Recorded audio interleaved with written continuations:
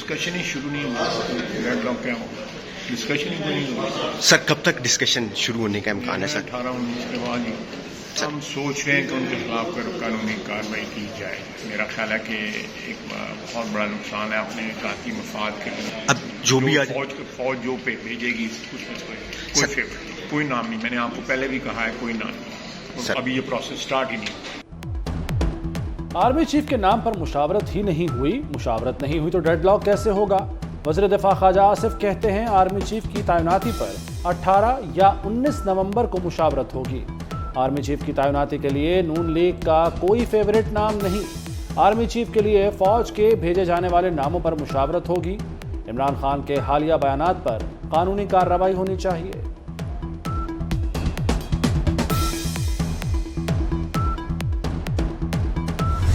جس تعیناتی کی آپ بات کر رہے ہو کافی عرصہ سے اس پہ غیر ضروری سیاست کیا جا رہا ہے. آئین اور قانون کے تحت جیسے اس کام کو چلنا چاہیے ویسے ہی چلنا چاہیے. نہ ہمیں یا ہمارے اتحادیوں میں سے کسی کو جلسہ میں کھڑا ہو کے ان قسم کے مطالبات نہیں کرنے چاہیے, اور نہ ہی ہمارا اپوزیشن میں سے کسی کو اس ایشو کو متنازع بنا کے سیاست کرنا چاہیے. خان صاحب کی سیاست شروع دن سے لے کے آج تک اسی ایک تعیناتی پر ارد گرد گھومتا ہے. آج تک ہمارا جو سیلاب متاثرین ہیں وہ مدد کے انتظار میں ہیں یا مدد کی ضرورت ہے. اہم ترین تعیناتی پر غیر ضروری سیاست کی جا رہی ہے. جلسوں میں کھڑے ہو کر کسی کو ایسے مطالبات نہیں کرنے چاہیے.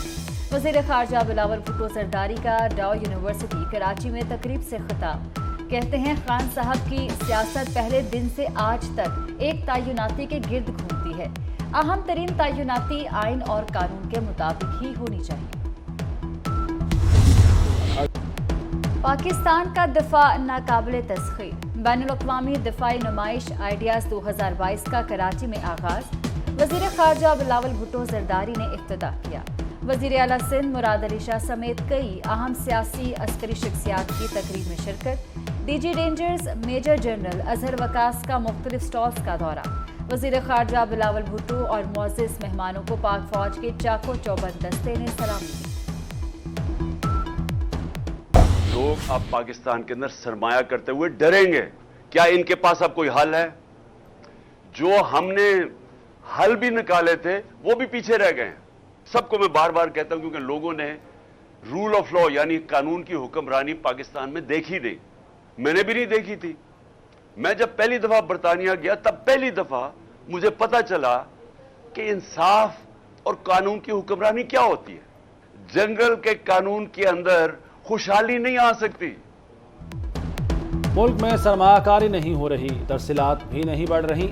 ملکی مسائل کے خاتمے کے لیے جو حل ہم نے نکالے وہ بھی پیچھے رہ گئے. Chairman P T I Imran Khan کا لانگ مارچ کے شرکاء سے ویڈیو لنک خطاب. کہا جنگل کے قانون میں خوشحالی نہیں آ سکتی. لوگوں نے پاکستان میں قانون کی حکمرانی دیکھی ہی نہیں. برطانیہ میں دیکھا کہ انصاف اور قانون کی حکمرانی کیا ہوتی ہے.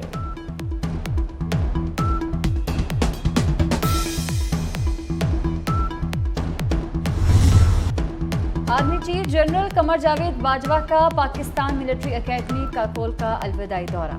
آئی ایس پی آر کے مطابق corps commander Rawalpindi lieutenant general Sahir Shamshad Mirza نے آرمی چیف کا استقبال کیا. آرمی چیف نے یادگار شہداء پر پھول چڑھائے. آرمی چیف نے کہا کہ کیڈٹ پیشہ ورانہ مہارت کے اصول پر بھرپور توجہ دیں.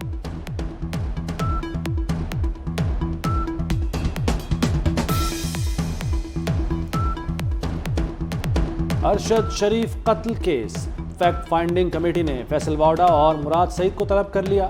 پیر کو ایف آئی اے ہیڈ کوارٹرز بلا لیا گیا. دونوں نے دعویٰ کیا تھا کہ وہ ارشد شریف کو لاحق خطرات سے آگاہ تھے.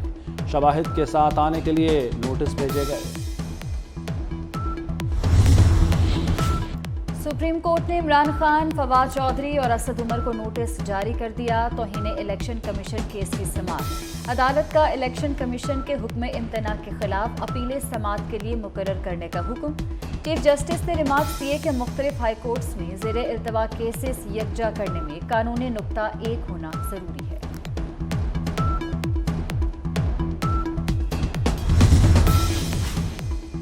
چیئرمین تحریک انصاف عمران خان کے ویڈیو لنک خطاب کے دوران چنیوٹ میں کرسیاں خالی. عمران خان کا خطاب جاری تھا کہ پنڈال خالی ہو گیا. کارکنوں کی عدم دلچسپی، گھروں کو چلے گئے. الیکشن کمیشن نے سندھ بلدیاتی انتخابات کیس کا فیصلہ محفوظ کر لیا. الیکشن کمیشن میں سماعت کے دوران ایڈمنسٹریٹر کراچی مرتضی وہاب نے کہا الیکشن کے لیے تیار ہیں لیکن چاہتے ہیں کہ مکمل سیکیورٹی ہو. کراچی بلدیاتی انتخاب 90 دن کے لیے ملتوی کیے جائیں. چیف الیکشن کمشنر نے ریمارکس دیے کہ بلدیاتی انتخابات سے متعلق مناسب فیصلہ دیں گے. صوبائی حکومت بلدیاتی انتخابات ملتوی کرنے کے لیے قانون سازی نہیں کر سکتی.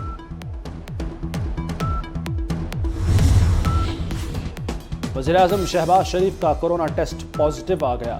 وزیراعظم کی 2 روز سے طبیعت ناساز تھی. وزیر اطلاعات مریم اورنگزیب کہتی ہیں وزیراعظم نے ڈاکٹرز کے مشورے سے آج کورونا ٹیسٹ کرایا. عوام اور کارکنوں سے وزیراعظم کی جلد صحت یابی کی دعا کی اپیل. سابق صدر آصف زرداری کا وزیراعظم کے لیے نیک خواہشات کا اظہار. صحت یابی کے لیے دعا بھی کی.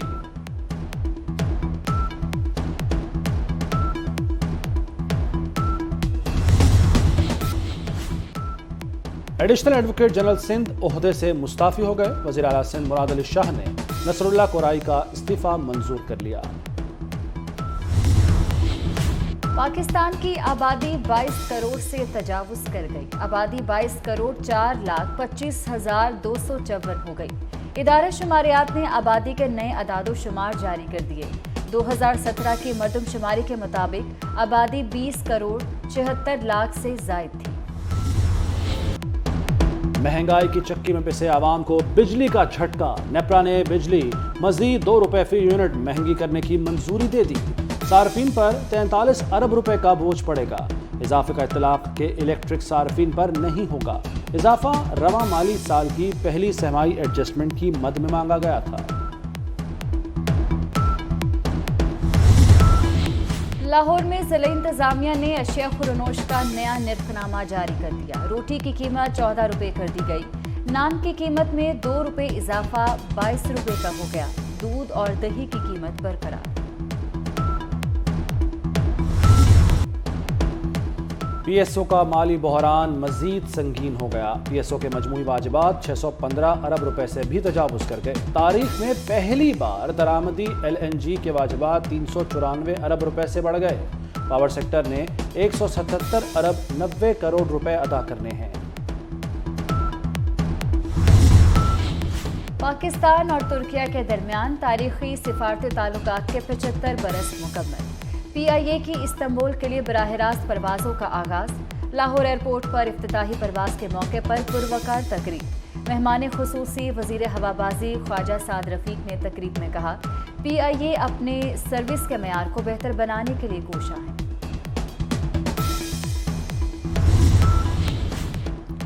سعودی عرب کے شاہ سلمان بن عبدالعزیز کی ملک بھر میں نماز استسقاء ادا کرنے کی اپیل.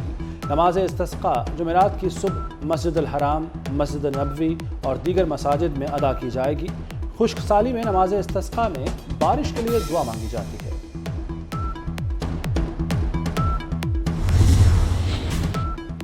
نو like no comments. Sania Mirza نے شعیب ملک کو جواب نہ دیا. سپر سٹارز میں علیحدگی کی افواہوں نے پھر تیزی پکڑ لی. شعیب ملک نے ثانیہ کو گزشتہ روز سوشل میڈیا پر سالگرہ کی مبارکباد دی تھی.